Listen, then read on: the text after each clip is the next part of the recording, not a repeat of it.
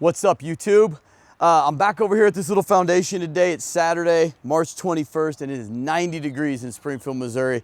16 degrees 6 days ago. Typical spring weather. I'm not gonna complain about the 90 degrees though.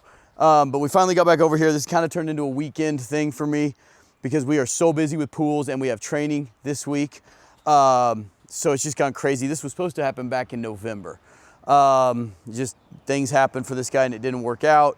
He had a couple bad subs that didn't understand how to dig out an old foundation.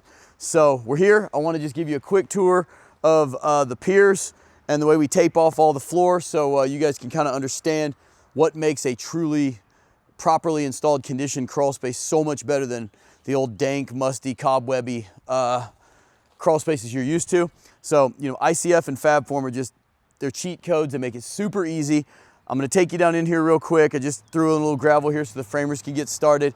And yeah, guys, it's real easy. It's the way. Just like when I say ICF pools are the way, so are ICF crawl spaces, foundations. Even if you're stick framing on top, I usually don't think there's a reason. I think you can usually justify going all the way up, but if you can't, doing an ICF basement or crawl space is still just the most obvious thing in the world. So here we go.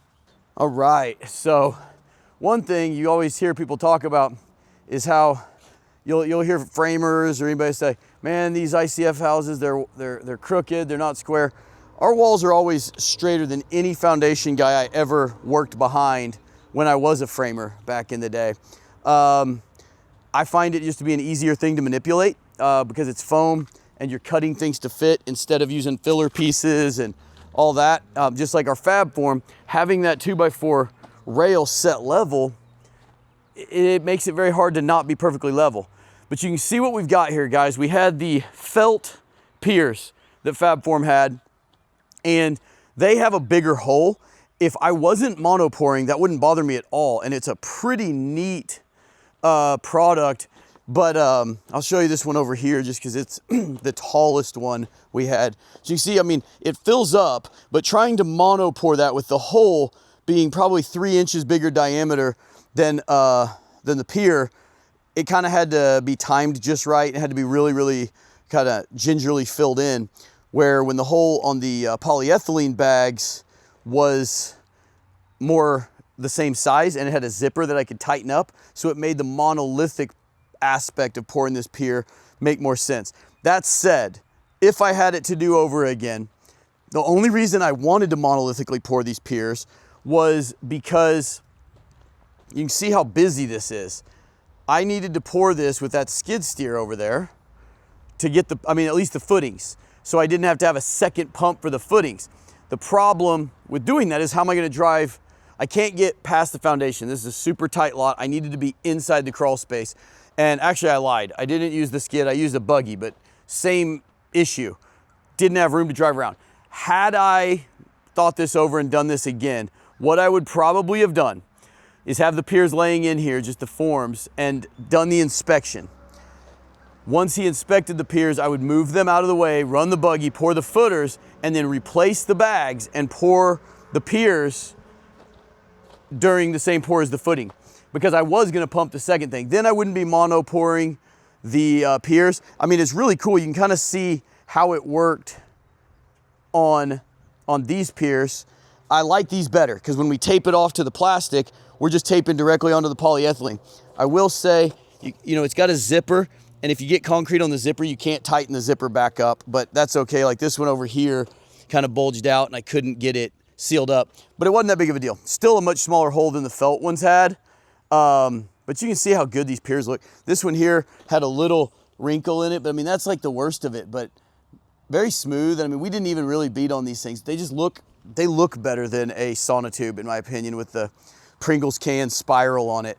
But guys, this is, I guess I didn't really get into it, but this is 10 mil plastic, which is, you know, overkill for what you need to do, but I know I'm gonna have some framers in here not, you know, respecting, you know, the efforts we've gone through.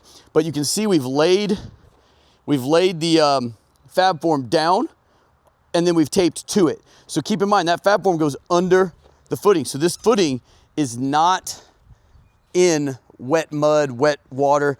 Out here, I will tape that polyethylene back on to the footer, and then I'll bring my waterproofing all the way down to it. So there will be no dirt touching concrete or foam ICF. It'll all be touching our impervious water vapor barriers and water barrier on the outside. It just creates a drier, cleaner crawl space. This one still has a crawl access over there, but otherwise, see, we've already got our 2 inches of foam, which is the Energy Star rated insulated crawl. We actually have 2 3/4 because it's Element, but that 2-inch minimum is achieved here. So it's just a really easy way to get a conditioned crawl, which can increase the efficiency of your existing HVAC by 25–30%, because now all this ductwork is not, pulling air, pushing air through an unconditioned area that is either really hot in the summer, really cold in the winter, just humid, dank, moldy.